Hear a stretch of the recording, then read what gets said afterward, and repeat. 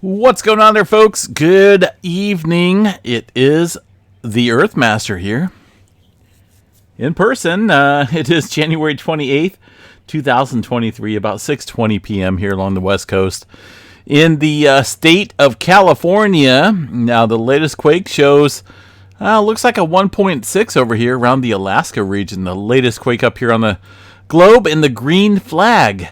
Notice, though, on the globe, some activity kicking up here around Northern California northward into areas around the Cascadia subduction zone. So let's go ahead and start out first here with a little bit of earthquake activity kicking off here off the coast of Eureka.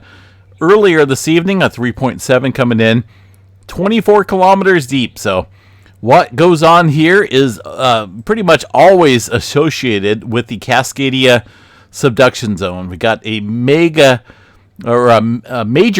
subduction zone area known as the Cascadia. This whole plate here is being shoved underneath the North American plate. So this is a major seismically hazard zone. And today, earthquake activity, including that 3.7 coming in. Now, looking back here over the last 7 days of earthquake activity, we've seen a trail of earthquake activity across Eureka area southward into the southern portion here of the Cascadia. Also some activity off the coast of Oregon, just off the beautiful area of Brookings. Seen a couple twos as well earlier in the, about 5 days ago or so. Now this area, man, goodness, as beautiful as it is, it's not in the best spot to be far as the outcome when it comes to the Cascadia. This area out here along the Pacific is a major threat to the Pacific Northwest, and that includes areas up around Vancouver Island ranges and including the Queen Charlotte Sound. This entire area has a major threat for not only strong shaking from at least a 9.0, possibly greater, here in the future, but also a subsequent tsunami and the subsequent dropping here of the land along the west coast, expected to drop anywhere between 6 to 10 feet. Once this built-up strain, by the way, has been building up 323 years, once that strain finally releases, this land will drop between 6 to 10 feet, producing a 9.0 or greater quake, along with a major tsunami that will inundate the entire area here along the west coast. Big time deal, folks. A lot of people like to downplay it. I, for one, am not. We've seen a lot of tremor out here along the southern end of the Cascadia recently, and also earthquake activity, as I shown you here within the last week, within the last few months here. It's been noticeably increasing across the area of the southern end of the Cascadia. Now, the earthquake activity that we see up here, I kind of want to bring back, I want to go back to the earthquake catalog. We're going to go 4.5 and above, and we're going to stretch this back here to about the year 2010. And we're going to draw a rectangle up here on the Northern California coastline. And this is specifically in relation to the activity here with the Cascadia subduction zone. Let's go ahead and draw this out here. What's going on? A little weird. Stand by here for just a second while I get this fired up. So, right about there we go. Let's see what's going on here with this activity. Now, this was 4.5 and above since about 2010, right? There's a little statement that was written by the geologists here recently in terms of earthquake activity preluding the big one up here along the subduction zone level of the Cascadia. Now, the Cascadia is not like your typical, well, it's a typical subduction zone, but it doesn't pop off, maybe some 6s or 7s on occasion up here, and then the big one. Basically, what happens here along the Cascadia, it builds up strain, kind of similar to a spring winding up, and then all of a sudden it just produces a big one. So we really never see, foreshocks up here along the Cascadia, although I think tremor activity does play a little part in predicting possibly the next megaquake up here along the Cascadia.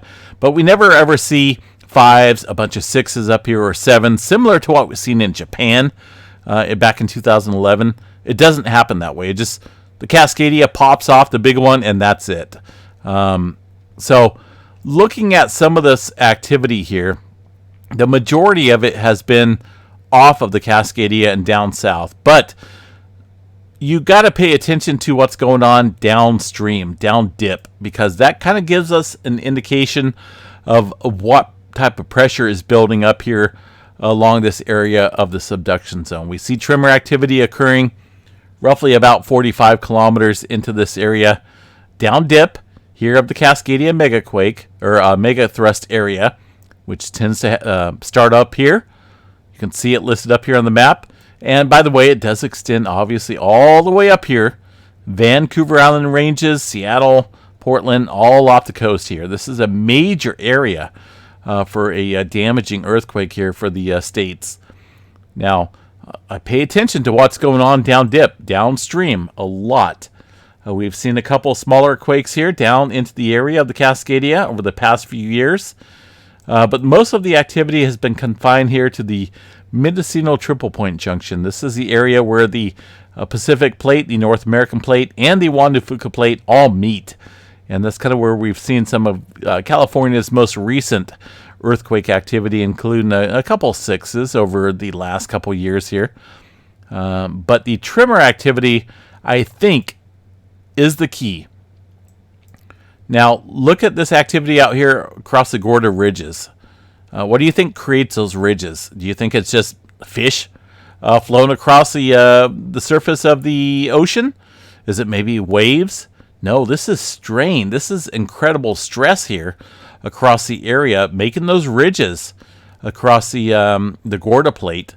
And that is all strain, which is further pushing down the North America, or the Juan de Fuca Plate underneath the North American Plate for the next big mega quake earthquake. And I think this, it's definitely been mentioned here in quite a few topics, quite a few news articles in regards to the potential for this large earthquake.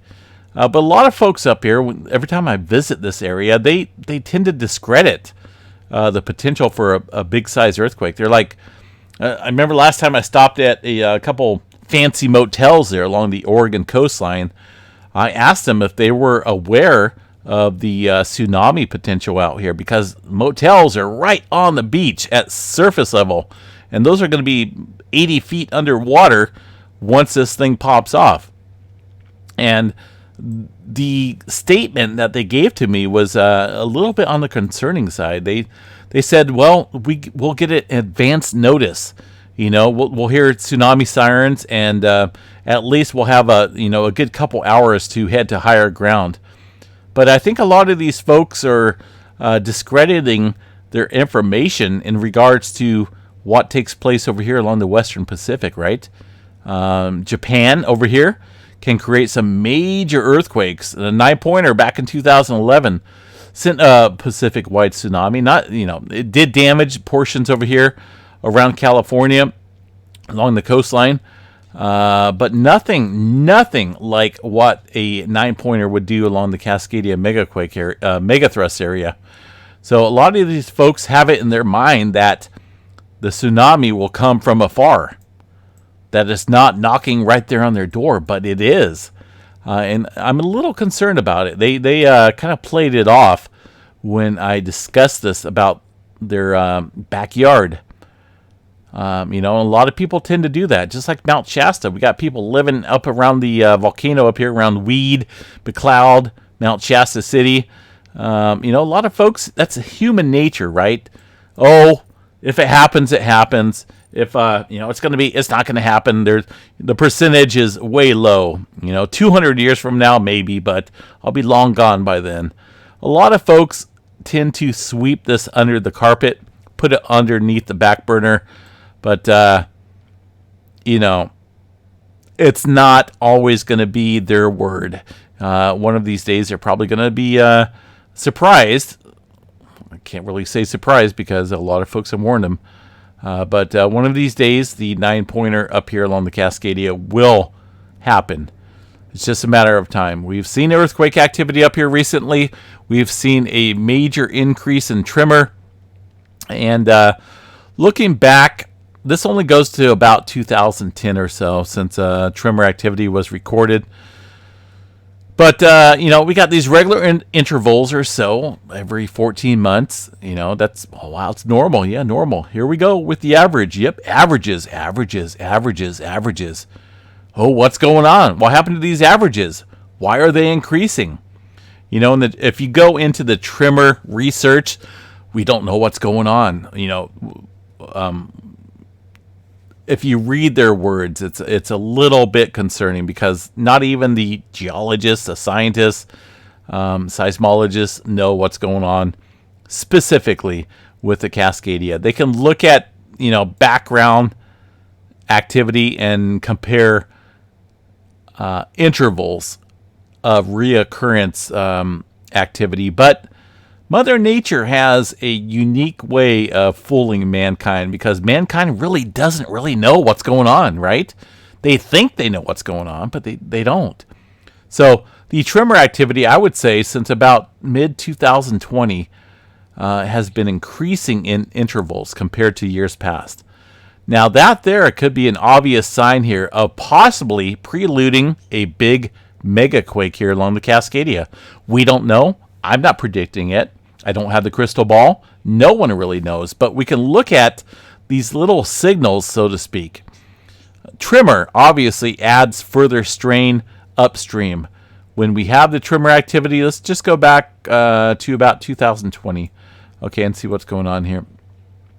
This is going to, hopefully it doesn't blow up my computer because it's a huge amount. 168,000. This is a big, huge number. 168,000 epicenters of tremor since about 2019. And you can see, obviously, where the Cascadia megathrust area is. That includes areas. This is going to be the tremor downstream.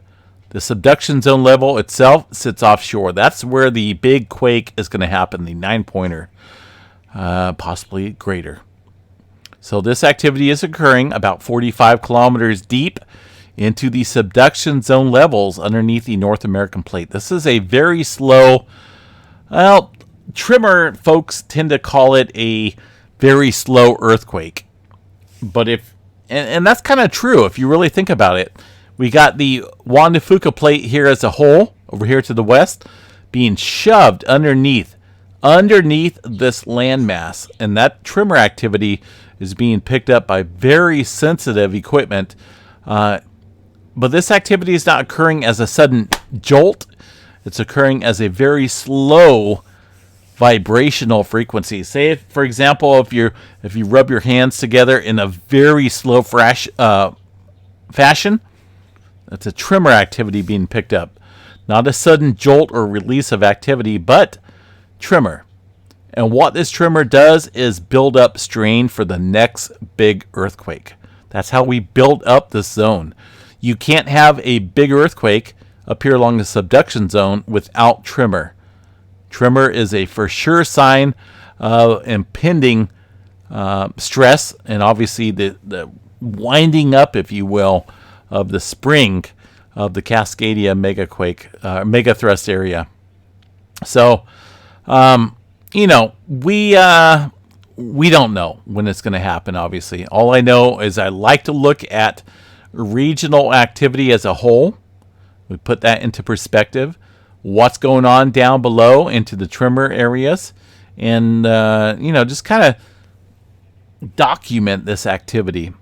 Because tomorrow could be the big one. Tonight could be the big one. Who knows? What is going to, what's going to be the previous activity that we need to look for prior to the big one. Because we're not looking for a couple 5s and 6s and 7s up here along the Cascadia. It just all of a sudden goes, according to the geologists. But, all right. So I just kind of wanted to pinpoint this out because there's a lot of uncertainty on when this thing will pop next. All I know is it's something to not take lightly. And the activity that we've seen here over the last 7 days, and if we were to go back the last 10 years or so, there's earthquake activity downstream, down dip, throughout the Cascades, back building over here across the Cascadia Basin and Pacific Plate. It's all kind of pointing towards the next mega quake out here along the Cascadia. Just a matter of time, folks.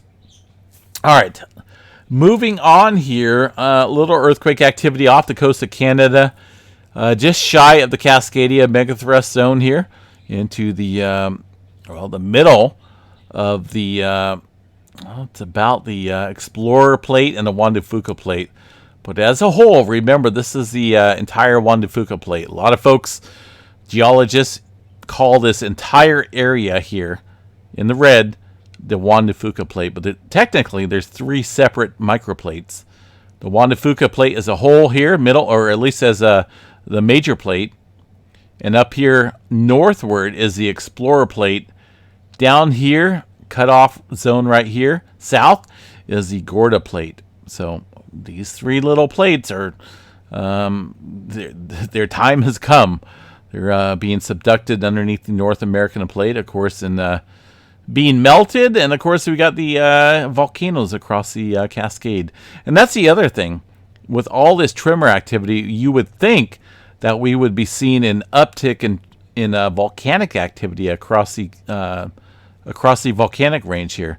Volcanic arc across the Cascades into Washington. But so far, things are relatively quiet. So increasing in tremor, odd intervals of tremor activity, but no noticeable uptick in tremor, or at least in volcanic activity across the West Coast. Little odd. But it's all, we're all trying to discover it and figure it out. All right, a little bit of activity here across the western coast range here. That's another big deal, right? These mountains are built up over stress and strain. 2.3, Alder Springs, very shallow earthquake activity. Mount Lassen, Mount Shasta, Northern Cal, pretty quiet. Bay Area and San Francisco, all pretty quiet as well. We did see a little bit of activity ramping up here around the San Jacinto Fault Zone, around Palm Desert area as well. A look at the live seismograph stations. We were watching this thing pop off like crazy earlier. Quite a few earthquakes coming in, but looks like things are mellow for now. Not a whole lot popping off there currently. Things across the globe look fairly quiet. Across the areas of the Intermountain West, not a whole lot going on. Let's go ahead and check out the Yellowstone overview here of, the supervolcano, right? That is a supervolcano. It's just not a beautiful landmass up there in Wyoming where a geyser pops off every, few minutes or so, every 20 minutes. This is a major supervolcano that a lot of folks visit every year. Not a whole lot going on currently across this area. Rest of the country, fairly quiet. Some other earthquake activity early this morning. Got one earthquake up here around the Puerto Rico Trench, 3.4 coming in about noontime. Since then, a little bit of activity around our swarming area of Puerto Rico. The Big Island of Hawaii, very typical movement around Pahala. Latest quake shows a 2.5. Well, down there about 32 kilometers. Alaska about the same. No further activity across the western Pacific here. This earthquake around Guam kicked off late last night. In fact, it's about ready to drop off the 24-hour threshold map. Now, within the last hour, the Molucca Sea, 4.6 coming in. Excuse me. About 49 kilometers deep. This area has seen a tremendous amount of earthquake activity here over the last 30 days. This is 4.5 and above. Let's go ahead and zoom in here. We're talking about 66 earthquakes of 4.5 and above. That's some incredible energy, including that 7.0 that popped off here earlier, about mid-month. There's that 7.0. So you can see most of the activity confined here, about 28 kilometers deep below this area. Most of the swarming activity confined to that epicenter region of that 7.0. The Java Trench, look at that, very quiet. We haven't seen any further activity here. across the region of the Java Trench. This is a little on the concerning side here because things have been back building east along this region of the 7-pointer and areas around Papua New Guinea, but our westward pressure movement and the general pressure movement here that comes from the northeast within this area has gone awfully quiet. That can only mean one thing, that things are building up quite nicely across the area. We'll watch that for some further larger scale activity here soon. Things have mellowed out across the Mediterranean for the most part. Of course, Iran did see that 5.9 earlier, along with quite a few 4s and 5s. The Atlantic Ocean all quiet for now. South America region, quite a few 2s, a little 3 activity down there, but nothing major popping off currently in the area. New Zealand region, we did see a little bit of uptick here. This is kind of scooting down around the New Zealand area. A couple 3s, lower grade 3s, it looks like, within the area of New Zealand. The latest quake there listed up on the map, though, a 4.5 from yesterday. Unfortunately, USGS does not mention the smaller earthquake activity in that zone. All right, quick glance here at the solar weather activity, and I got to get to my barbecue outside. Gonna barbecue up a tri-tip here on this beautiful Saturday night. Things, folks, are mellow. Kind of looks like the Solar Ham folks watched my update earlier because I was mentioning about how these are, well, they did have a 5% chance and an elevated chance of M flares, and those are way overblown earlier. But it looks like they've adapted my words there from previous update. 25% chance for an M flare, X flare at 1%, probably less than that. C flare at 99% chance because we are within the, we're within the C flare category here. But as you can notice, nothing popping off here over the last couple days. No major flares, no M flares, but this is a little bit more reasonable.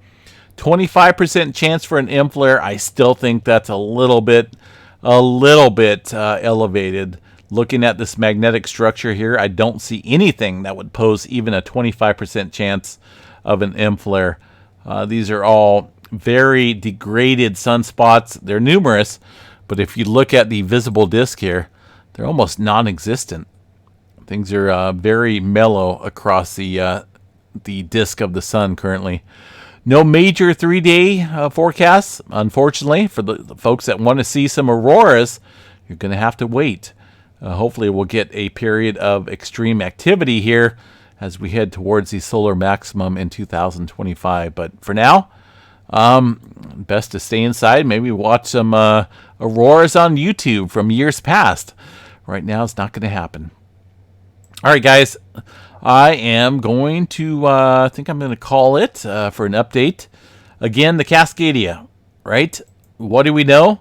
Well, we know there's a lot of tremor activity. We know there's a lot of pressure out there around the Northern California area. There's always a chance during this extreme heightened activity to see obviously an earthquake along the Cascadia. We'll continue to watch it and see how it plays out.